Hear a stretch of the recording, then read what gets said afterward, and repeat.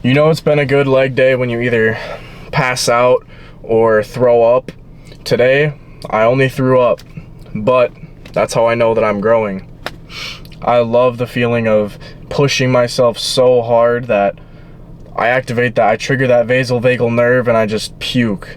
And it might be weird, but hey, it signifies to me that I've accomplished what I needed to accomplish, because that's like the ultimate form of pushing yourself. Anyways, the thing I did in the gym today that was different than the most is I went into the gym. I instantly sat on the couch. We have these like little couches in our gym that I go to that you can just sit down and conversate with people, or, you know, after your lift, wait around. And I went down there. I put on some just beats, like not the headphones. I have Sony headphones, but I was just playing instrumental beats with no like vocals or anything to distract me. And I was just sitting there basically meditating / visualizing and really just kind of saying prayers to, you know, my future self. And I was playing with this idea that I was in my journal, I was writing. I'm going to start doing this more, is journaling and just writing my thoughts before I even lift and getting that all out, so I'm not constantly thinking about it. I can be fully present in my lift. And what I was doing is I was writing to my future self in a way where I was stating exactly what I intended to do that lift and why it is significant to me, why I need to go as hard as I can even if I don't feel like it, and how that'll transfer over to my other struggles in life that I'm trying to deal with outside of the gym. Basically writing why I need to go so intense, how that builds up my mind. And then I wrote that your future self will be thankful for you, because if you aren't doing these sets and reps with maximum intensity and translating that into your business and all your other aspects of life that you're trying to hustle with, your future self will cease to exist and won't even be there to thank you. So imagine writing to yourself of all the things you intend on doing. And I'm not just talking about the gym. The gym is only one part of this whole self-development journey. However, it is a basis among everything. And me personally, see, the gym hits me really hard in home, because in high school growing up, that's what I got into as 8th grade. I got into the gym and it was my passion. When I felt alone, I felt separated from the rest of the people that I was hanging out with, I knew that there was something different inside of me. I knew that God planted something inside of me for a bigger journey, a bigger purpose, and none of these things seemed very appealing to me. Like there's this typical life of, you know, going to college, going out to partying, doing all these things. That is just completely like, I look at everything, I overanalyze everything, and I feel like that could be a good thing and it can be a bad thing. But mostly for the competitive advantage, I'm overanalyzing everything at a super deep, almost autistic level, where it's like, okay, I could do that. I could just conform to everyone around me, but that to me is hell. If I were to go to college, and there's nothing wrong with college, by the way, I'm not hating on college, but just personally, if I were to go to college and I were to study economics and didn't even really know what I was in there for, because I feel like most people don't even really know. If you ask them 5 years after college, what is your plans, what does that look like, they'll say, I don't know. And it just kind of seemed to me that everyone was going to college because it was a safe option, and it's what generations before us were doing. And I feel like there also is a certain contingency of the population of the youth on the other side that are slowly starting to realize, slowly start transitioning to okay, maybe college is shit.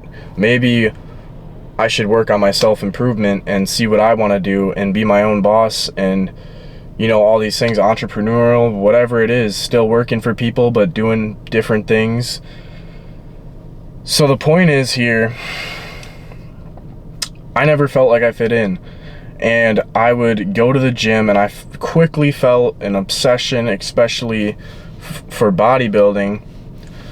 And I just thought it was so cool that you could take all of this pain and all of these thoughts and all this stuff and like put it into something that you are literally fighting for, and you are getting the most beautiful, crafted, just huge muscle mass that you can be proud of, because nobody else can give you a physique. You can't buy a physique. Money can't buy a physique like it can buy a lot of things.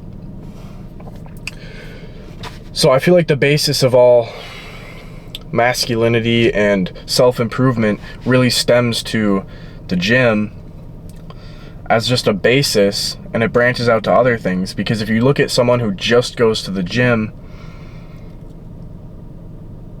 well, they might be exceptional at the gym, they might be huge. What do they know? What are their other things? What else do they know about? What are their other skills? What have they built up for themselves? What do they know about money? Are they making good money? Are they reading books? Are they intelligent? Are they constantly refeeding information? Do they understand themselves, or are they just subconscious beings? And so it goes a lot deeper than the gym, but I feel like it is the most important basis of everything. Because life is pain, and if you take that pain and you put it into something with maximum aggression and force into your muscles, and you're slowly building up something beautiful out of something that really stemmed from something really ugly.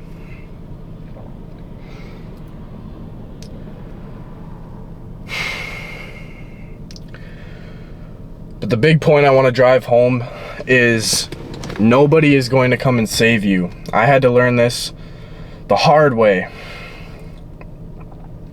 I would always look to excuses and blame genetics because I have some family members with addiction problems, and I know that runs in my DNA and my blood. Addiction, I could easily just blame that and put that onto, oh, well, I have addictive personality disorder, or whatever the fuck it is. And I would used to blame all of these excuses, you know, whatever it may be. Hoping that I would have someone like a girlfriend or my parents, friends. I would always be surrounding myself with other people and just trying to not feel alone, right? But at the end of the day, nobody's gonna wake up and decide, I'm gonna force Aiden Sitzma to go to the gym, and I'm gonna force him to wake up early. I'm gonna force him to work on his business. I'm gonna make sure he gets that Ferrari or whatever.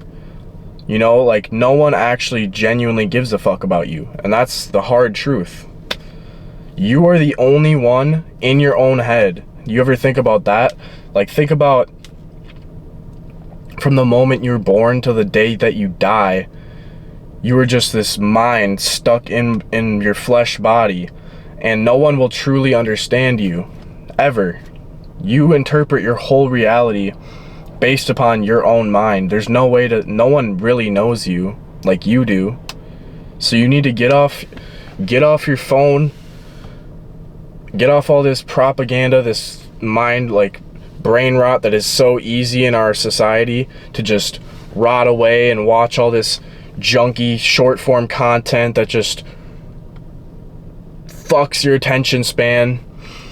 And then you don't truly understand yourself. So it's important to dive deep into your story and think about, maybe, like, why do I act the way I do? Why do I have certain tendencies? Could that be something from childhood? And why is this affecting me? And, like, what is all of this? Like, where am I right now? I'm in a piece of land with pavement that some old guys just manufactured someday back in the day, and I'm overlooking a river right now. Like, that's what we call a river, is just water, which is H2O. And it seems really stupid, but, like, why are you even here? It goes so deep, and I could go on for hours, but the short form is that I really need you guys to understand is that you're alone.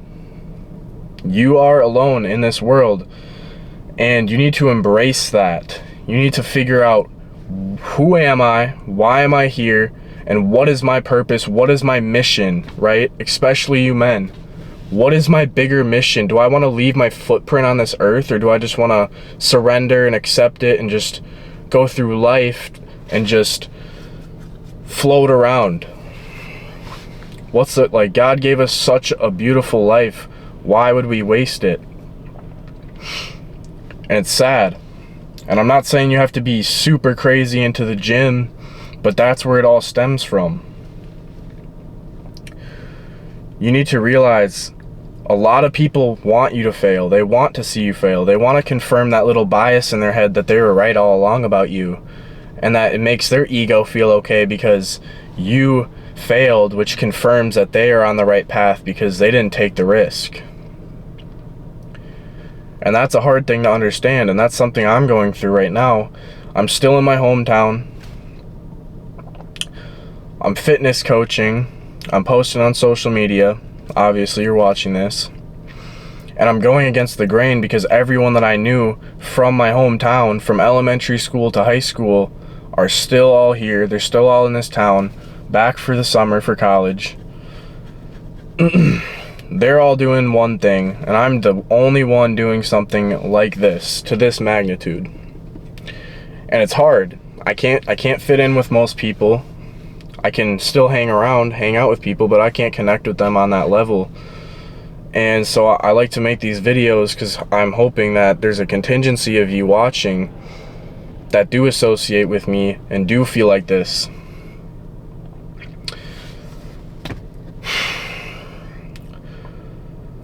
But brothers, I'm telling you, you are not alone in this. As I know, contradictory to what I was saying, you're alone in everything. However, there are like-minded people, and you will find those people one day, but you need to sacrifice every single day and put it all on the line and figure it out. And if you do literally break it down like this, you literally just have a certain amount of actions per day you need to make. Like a video game. You're this video game character, you're stuck on a level, maybe you're level 2, you want to get to level 100, right? So every single day you're going to have some small mini games, some tasks you can do to get the ball moving in all different areas, keep in mind. So your health, I mean, let's say one task is you have to eat all meals, you have 5 meals on your meal plan, and you eat all 5 meals, okay, boom, 1 win. That's going to boost your test. It's going to make you feel good. Small shit, making your bed, self-care, doing your skincare, whatever, doing your fucking shower, doing your bubble bath, whatever the fuck. You feel me? Do all that. And then do your bigger tasks. Do what you need to do to make your money and find a passive income stream. Find something else on the side if you're working a job. That's what I'm doing. I'm still working a 9 to 5, but I'm also starting my business and I'm coaching people. And the reason why I'm coaching people is because bodybuilding and the gym is the #1 thing that I care about the most, that has helped me the most and has grounded me, and I live by that ever since I was that 14-year-old skinny ass boy. And I think the most fulfilling, truly, like no fluff, no bullshit. There's a lot of these influencers, there's a lot of guys that see some TikToks and they've never been through self-improvement and they want to call themselves a coach as a way to make money. I could give a fuck about that, right? If that, I'm simply in this because I want to help as many people as I can get that mindset, so I don't feel alone, so that I have a network of brothers around me that are like-minded, that are killers, and that basically building like a mafia of just high testosterone winning males that I can network with. And I want to help implement those mindsets into those people and help them with their limiting beliefs. And I like, really, the mindset part of coaching And the gym part, I have a lot of specialty and expertise on that subject, obviously. So I want to get them the best results, get them in the best shape of their life without any of this BS or, you know, unexperienced coaches trying to just tell people to eat carnivore diet or some bullshit. I want to get guys as jacked as possible, like intimidating, that women desire and men low-key envy when they see you. Just not in a bad way, but like if you walk into a restaurant, you got a tight-ass polo on, you got your fucking veins just coming out your bicep, you have a pump from the gym earlier, you got short shorts on with your fucking tan-ass legs just huge, like not just toned or whatever, but just like big, just full muscle bellies, just going on a date with a 10, an absolute dime piece. And it's all because you're confident and you built that within yourself. And I think that is the most beautiful thing that I can do for somebody. You know, at the end of the day, I can lead the horses to the water, but I can't make them drink it. And so with the coaching, I view it as I'm going to help make them thirsty. I'm going to help make my clients thirsty and realize why they should be drinking that water. And then they'll drink the water and they'll get the great results. And it'll be a win-win. So my main message here is that to all my brothers watching, you are alone in this. For the start, it is going to be hard. There are days you're not going to want to do it. You're not going to want it. You're going to hate it. But eventually you'll fall in love with it. You'll be the exception. To be exceptional, you must be the exception by law. So you instill upon you that discipline, and you'll slowly just realize, I'm not like any of these people around me, because I want more and I have a higher purpose, and I'm going to serve that purpose through every action I take every day.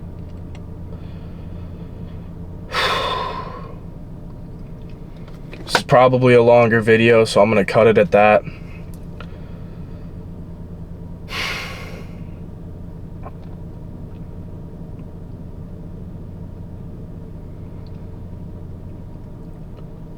See you soldiers in the next one.